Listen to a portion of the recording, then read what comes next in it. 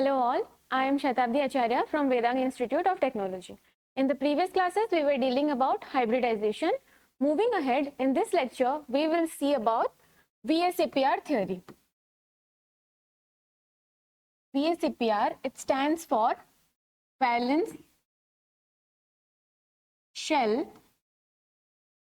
Electron Pair Repulsion. Valence shell electron pair repulsion theory. So where did it all start? Basically, we know if we take a molecule, there is a central atom. This central atom is surrounded by other atoms as well as lone pairs. So basically, we can say the central atom is surrounded by electrons. Now we can categorize electrons into two types. One is lone pairs or non-bonding electrons, because they do not take part in bonding, and the next is bonding electrons. Considering covalent bond, these bonding electrons will be shared between two pair of atoms, right? Two atoms basically. If A is bonded with another atom, let's say B, then they will be sharing a pair of electron, and this is called as bonding electrons. And lone pair of electrons, they are non-bonding electrons, they do not take part in bonding, and they are entirely concentrated upon this central atom A. So what happened? Basically, this bonding electron is under the influence of two nuclei, that is one from B and another of A. So what happens? These bonding electrons remain localized at this place. Okay, their region of control is only between these two atoms. But on the other hand, the lone pair of electron, it is only concentrated over central atom A. So it is under the influence of only one nuclei. So imagine if you're standing and someone is holding your hand from both the ends, right? So your movement is basically restricted. You will only be like remaining in the same place. But for example, only your hand is held from a single side only. Then the other end is free. This you can move. So basically, lone pair of electron, they have a greater region of control. That is, it is spread out in a more larger area as compared to the bonding electron. So this is one concept. The next concept is, we know electrons are negatively charged and like charges repel each other. So basically, electron pairs, be it bonding or non-bonding, they are negatively charged. Therefore, they will be repelling each other. Lone pair will be repelling bond pairs. There will be repulsion between two lone pairs. Also, there will be repulsion between two bond pairs. But the magnitude of repulsion will vary because the region of control varies of these lone pair and bond pair. Bond pair are limited between two pair of atoms. Therefore, they cannot move anywhere apart from this area. But on the other hand, lone pairs, they are under the influence of only a single nuclei. Therefore, the region of control is over a greater area. Therefore, VSEPR theory, which was given by Gillespie and Nihom, what they predicted is lone pair repulsion is greater than lone pair bond pair repulsion, which is further greater than bond pair repulsion. Now, what was the need, or how did this order benefit us? Or basically, how did VSEPR theory benefit us in any ways? So basically, in hybridization, we have learned about geometry. Now, what is geometry? Basically, geometry is distribution of lone pairs as well as bond pairs around the central metal atom.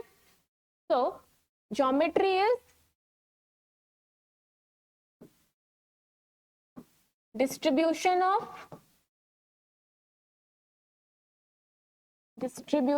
of lone pair and bond pair around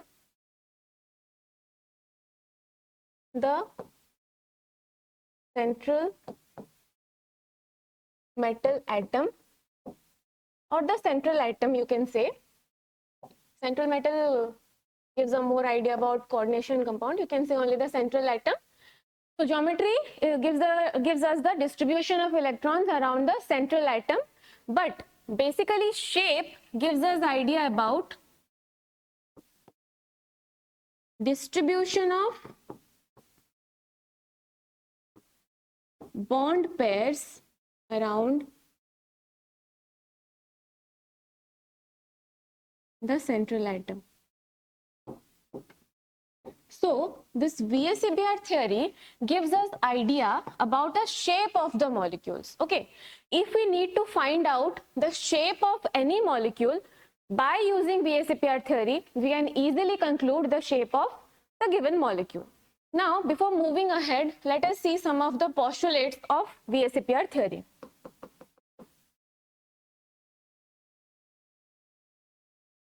Okay, so it was given by Gillespie and Nihom.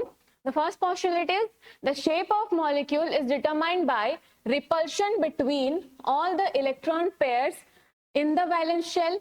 Why valence shell? Because valence shell is the outermost shell, and this is the shell which is taking part in any bond formation or any chemical reaction. So what happens when, if there is a central atom, it is surrounded by electrons, there will be repulsion of electrons. Now, no molecules needs repulsion around it, right? Because greater number of repulsion, greater will be the energy, and less will be the stability, or greater will be the instability. And for that matter, who wants to be unstable, right? So every molecule needs to be stable. So what happens? Every molecule needs to repel, or they need to take the repelling electrons to maximum distance, so that there will be minimum repulsion and maximum stability.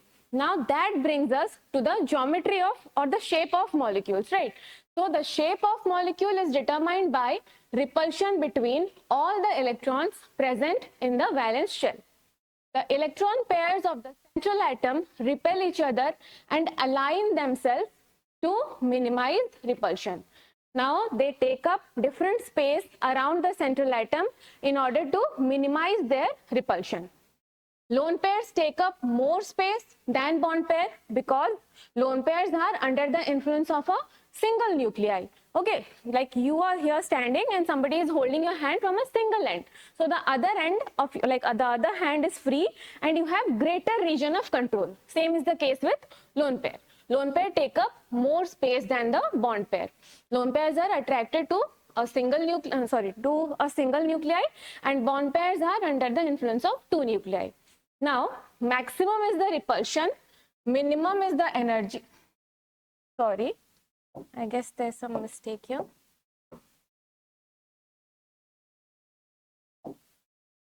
Maximum repulsion,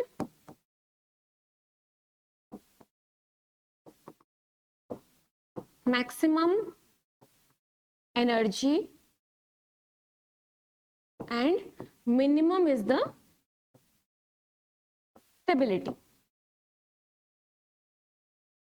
So, in order to gain maximum stability, they need to minimize their energy. And how will they minimize their energy?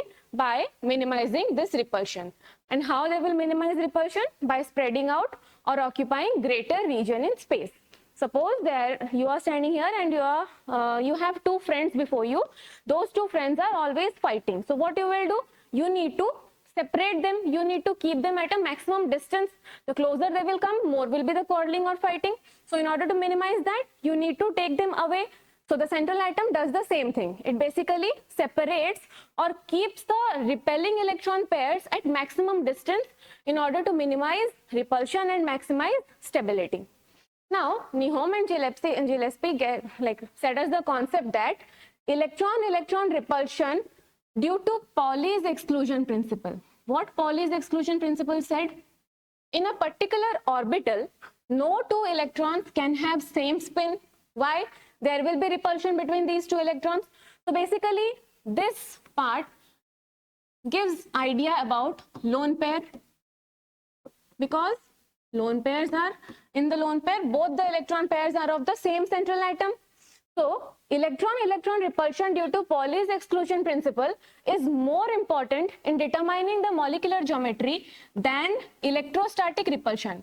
Electrostatic repulsion means If there is a bond between A and B, there will be sharing of electrons. If there will be sharing of electrons, both the electrons are negatively charged. So obviously, if we do not consider the nuclear attraction between them or the nuclear attraction holding them together, then these electrons will start repelling each other. So this repulsion between two different, or the electrons of two different atoms, is called as electrostatic repulsion. And this Pauli's exclusion principle is basically electronic repulsion of the same atom. So this basically, this box, what it gives us information, the lone pair repulsion is more prevalent in determining the shape of the molecule than lone pair or lone pair bond pair repulsion. So from these we come to the conclusion that lone pair repulsion is greater than, let me write the order for you again. Lone pair repulsion greater than lone pair bond pair repulsion, greater than bond pair repulsion. Now another important thing is, if a molecule, we have now, after learning all this, we come to the conclusion that in a molecule the central atom either can have lone pair or cannot have lone pair.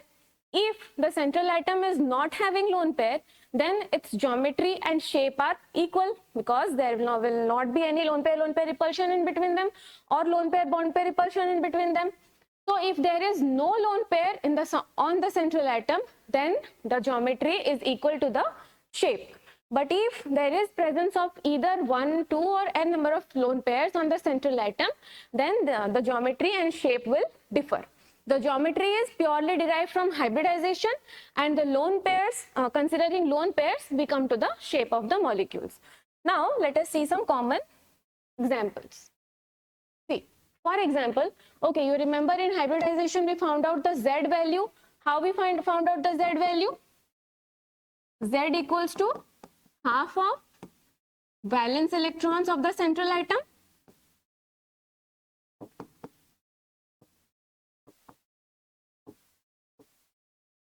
plus any negative charge minus any positive charge plus monovalent atoms.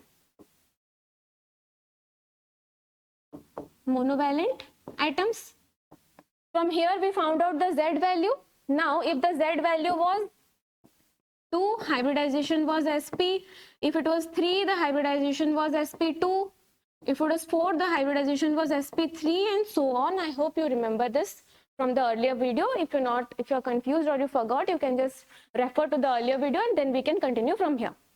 Okay, so after we have found out the value of Z, now we have two possibilities before us. We have two possibilities, that is, the central atom can have lone pair and cannot have lone pair.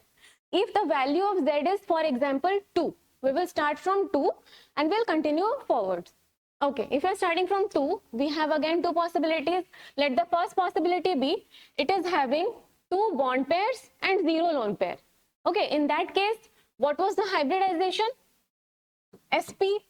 And what was the geometry? Obviously, suppose the central atom is A and the other two atoms were B. So the geometry will be, they will spread out at maximum distance. This was 180 degrees and the shape or the geometry was linear. Right? We have discussed it in hybridization. Here, what will be the shape? As there are no lone pair of electrons, geometry and shape are equal. So the shape is also the same, that is linear. Now, the second possibility is, it can have 1 bond pair and 1 lone pair. Again, bond pair and lone pair, what is the maximum possibility of separation? 180 degrees. So if it is A bonded to B and the lone pair is here, the angle between them is 180 degrees, and you can place B anywhere. The shape again similar to linear. When a single atom is bonded to another atom, then we do not have the definite shape, right? We can call it linear for safer side, but as such we do not have the have any like definite shape or geometry of it. So here it is, geometry is linear, shape will also be linear, and hybridization in all the case remains the same, sp. Next case, if z is 3, okay, if z comes to be 3, then what will be our hybridization? sp2. Then we have three possibilities again. First thing, if we have 3 bond pairs and 0 lone pair. In this case, what was our geometry? If we have central atom A here, other 3 atoms are bonded to it, so they will form, or they will be placed on the 3 sides of a triangle. So the angle between them was 120 degrees, right? So their geometry trigonal, planar shape. Again, when we have bond pair and 0 lone pair, then shape and geometry are equal. So its shape was also trigonal, planar, and hybridization was sp2. Remember, in hybridization we used to consider the number of lone pair and bond pair also, right? So let the number of lone pairs differ, but the hybridization in all the cases will remain the same. So here the second possibility is it can have 2 bond pairs and 1 lone pair. In that case, what will happen? This central atom A, I can place the lone pair here, B here. Now geometry will be trigonal, planar, okay, because geometry is based on hybridization purely, and considering the sp2 hybridization, the geometry is supposed to be trigonal, planar, and it will be trigonal, planar, right? But if I consider shape, the shape is influenced by only the bond pairs, and here we do not consider the lone pair. So what will happen? We will not consider the lone pair, and if you see this one, it is appearing kind of angular or bent. So the shape will be angular or bent shape. Got it? And hybridization again sp2. Hybridization, it has no impact on the hybridization as well as geometry, because geometry is determined considering the hybridization only. Okay. Now, if we have, right, we'll deal with the bond angle. Yeah, VSAPR theory also gave us a lot of idea about bond angles. But what is bond angle? The angle between bond pair of electrons, right? So here the bond angle will be between B, A and B. Will not be considering lone pair here. Here the bond angle was supposed to be AB, BAB. This was 120 degrees. But here what will happen? This lone pair bond pair repulsion is greater than bond pair repulsion. So this lone pair of electron will push this bond pairs closer together. So this angle will not be the regular 120 degrees. It will be less than 120. Less than 120. Okay. Now the third case is if you have 1 bond pair and 2 lone pair. Again, I can write A here. Now if I'm placing this B here, I'll just omit this one. The geometry will be trigonal, planar. I will not look at the lone pair of electrons here. This is appearing kind of linear, so I can say that linear. Mostly what happens, we do not consider these type of cases where the number of bond pair is 1 and lone pair varies. Okay, these type of cases we do not usually observe, because we do not take into consideration, because the shape somehow comes to be linear only. Okay, so this was the possibility. Here you can take a snapshot if you want. Now we'll move on to the next examples when the Z value is 4. Okay, so when the value of Z was 4, let me write here geometry, shape, hybridization.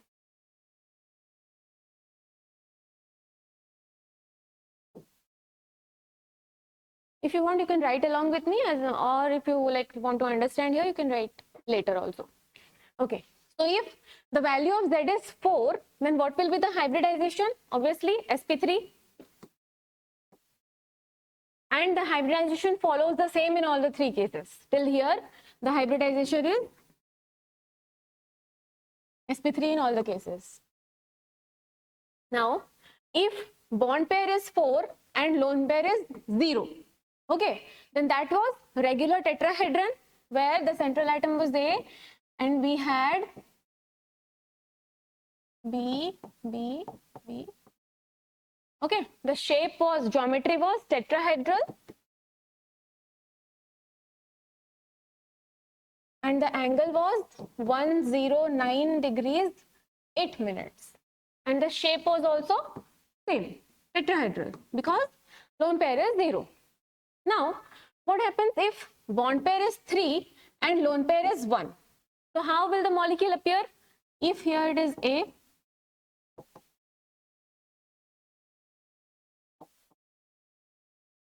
B, the molecule will somewhat look like this. Now, the geometry will be tetrahedral. Okay, but the shape will be determined if I omit this lone pair. If I do not look at this lone pair and I'll see only the bond pairs, then I will get the information about the shape of the molecule. So by that, what the shape of the molecule looks, if you hide this one, isn't it appearing kind of pyramidal? So here we got the shape as pyramidal, like a pyramid, right? You all must have seen a pyramid. Now the bond angle, which was regular 109 degree and 8 minutes, here becomes less because lone pair repulsion comes into play. So here the bond angle becomes somewhat 107 degrees, right? And hybridization remains sp3. Now the last case, 2 number of bond pairs and 2 lone pairs. Now what the molecule will look like? Suppose A, there will be 2 bond pairs, 2 lone pairs, 2 lone pairs and 2 bond pair. Geometry will be tetrahedral. Again, because lone pair has no impact on geometry. Now, if I omit this lone pair of electrons and look at only the bond pairs, isn't it appearing like somewhat kind of angular or bent? So yes, the shape will be angular or bent or V-shaped. And here the bond angle will be close to 104 degrees, somewhat 104 degrees. Okay, and hybridization in all the cases is sp3.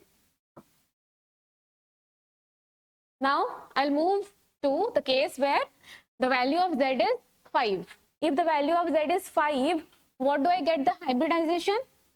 sp3d, right?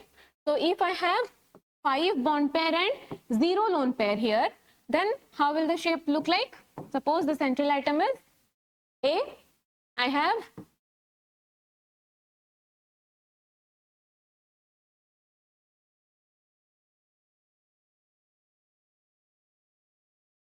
5 bond pairs and no lone pairs, right?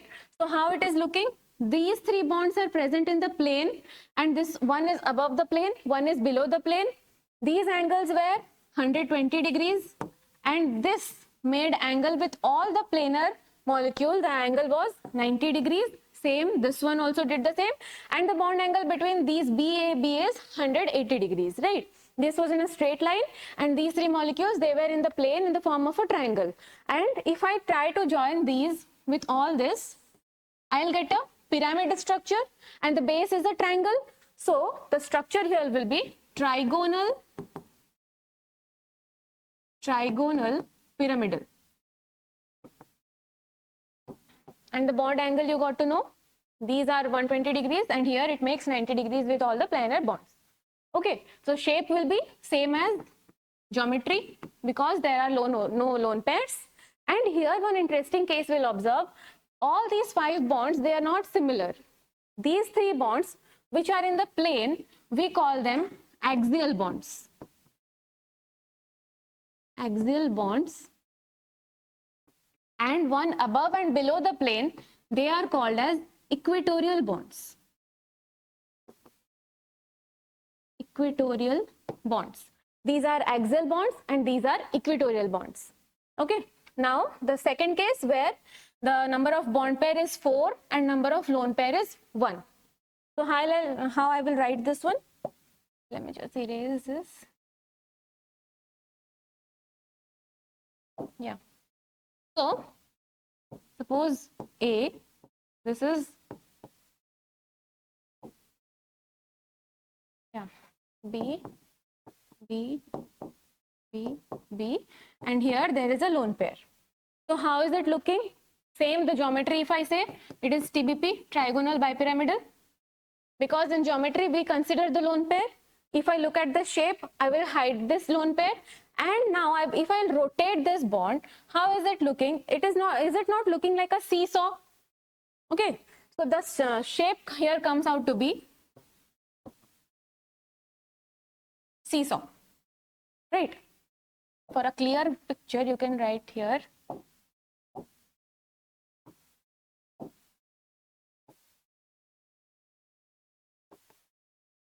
Here, and it is the shape is seesaw. And one point to note here is lone pairs are always present in the axial bond. Lone pairs are always present in this axial side. Okay, the shape here comes out to be seesaw. Now, next possibility here is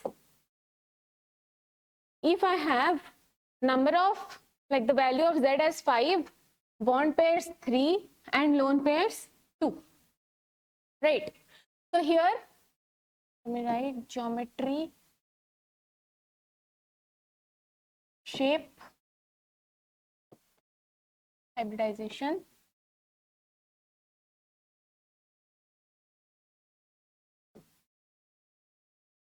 Geometry, shape and hybridization. So if I try to draw this, the central atom A, lone pairs are present here. This is a bond pair and these two are bond pairs. If I see the geometry, it will be same, that is at TBP, trigonal bipyramidal. Now if I try to look at the shape, what will happen? I'll try to hide this lone pair, and if I turn this like this, it is looking like a T to, it is appearing like a T to me. So the shape will be T shape. And hybridization is again the same, sp3d. The next case is if I have a bond pair that is 2 and lone pairs 3. Now what will happen? Geometry again, A, lone pairs are on the axis. The equatorial side I have 2 bond pairs. Geometry TBP, trigonal bipyramidal, and the shape is here. We will not consider the lone pairs. So the shape comes out to be linear. Right. So here we covered all the possibilities of like having Z value 5. Next we'll move on to 6. Now,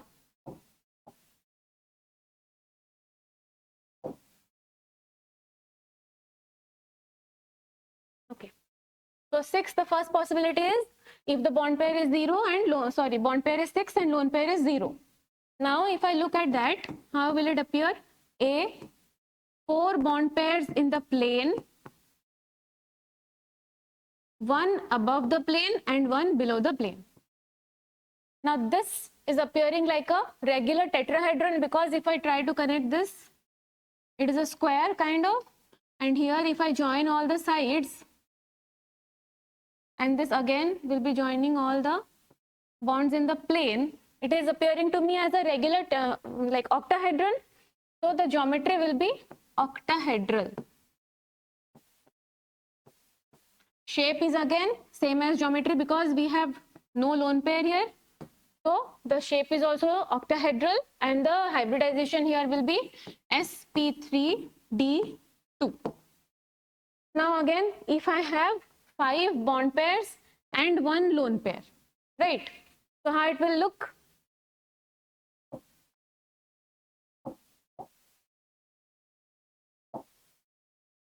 A, I have 5 bond pairs here, B, B, B,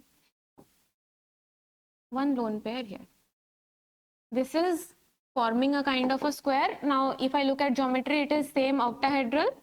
Now if I look, geometry is octahedral. If I look at the shape now, I have 1 lone pair. I will not, I'll omit this lone pair. I'll not consider this lone pair here.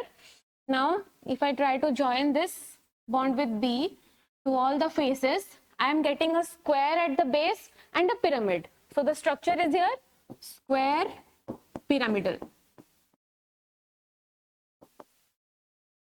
right? So the shape comes out to be square pyramidal, and hybridization again is sp3d2. Okay. Now here the next case is if I consider 4 bond pairs and 2 lone pairs, how it will appear?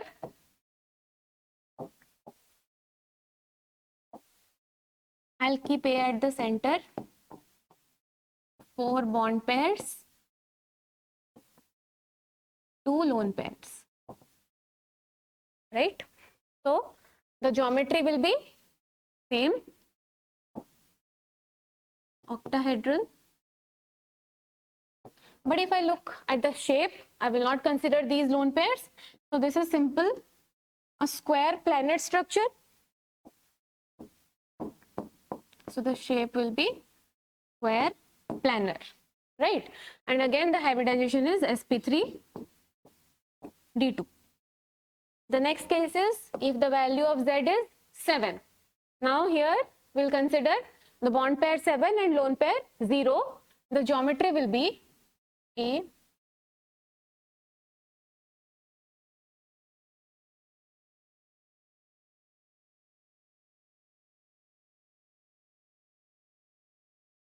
okay. This is a pentagonal bipyramidal. If I draw this, the base is of a pentagon, and I will again join B with all the planar bond pairs here, and the same with the one below. I will get a pentagonal bipyramidal structure. So here the geometry will be pentagonal bipyramidal,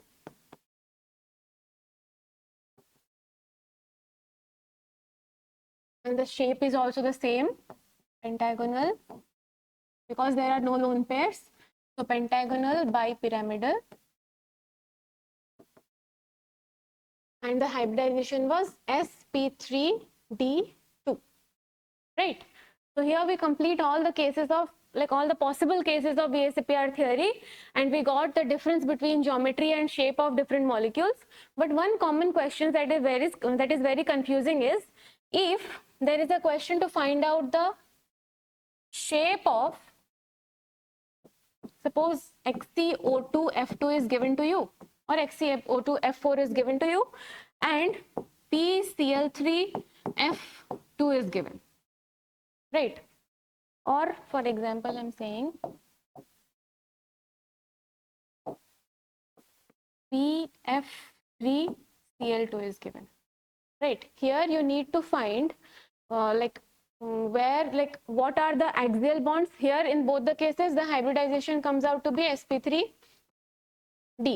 and the shape, or if you consider the geometry, it will be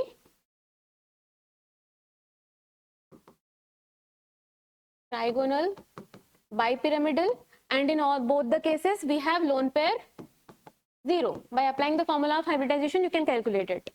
Okay, so here the number of lone pair is also 0, here also it is 0, and the shape is trigonal bipyramidal, hybridization sp3d2. Now in the first case it will be asked which 2 atoms will be placed in the axial side and which will be on the equatorial side. Okay, for example, it is asked equatorial side. Now if Xa is given, you know you have 4 fluorine atoms and 2 oxygen atoms, so the easier one for you will be to place, let me see, it is F3, CO2 F3. So what you do, you place 2 fluorine here and 2 oxygen like this, but this structure becomes wrong. Why? Because always remember, more electronegative atoms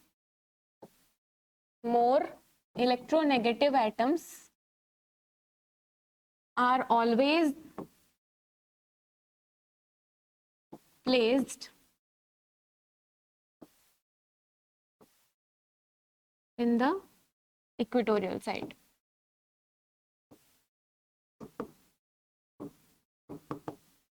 Okay, so we have 2 equatorial faces. You have 3 fluorine atoms. If I compare oxygen and fluorine, the order is FON, right? The electronegativity order FON. So fluorine being more electronegative, we have only 2 equatorial sides, no issues. We can place 2 fluorine atoms here and the other one can go here because we are not left with any other places, and here we will be having 2 oxygen atoms. So this will be the correct structure of XeO2F3 if it is given in question. The next is PF3Cl2.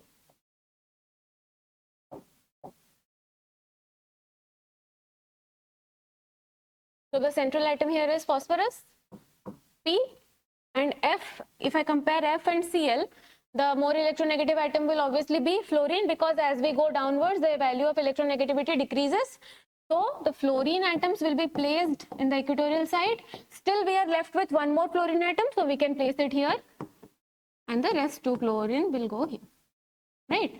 So what you have to remember while writing this, especially this case, sp3d2 case, sp3d case, the trigonal bipyramidal case, here you have to remember more electronegative atoms are always placed in the equatorial side. So I guess this was it for the VSEPR theory. Go through this video and you'll be like clear about all the concepts of VSEPR, and you can attend questions also very easily. So in the later chapter, we'll be dealing with, or the later videos, we will be dealing with molecular orbital theory. That's it for today. Thank you.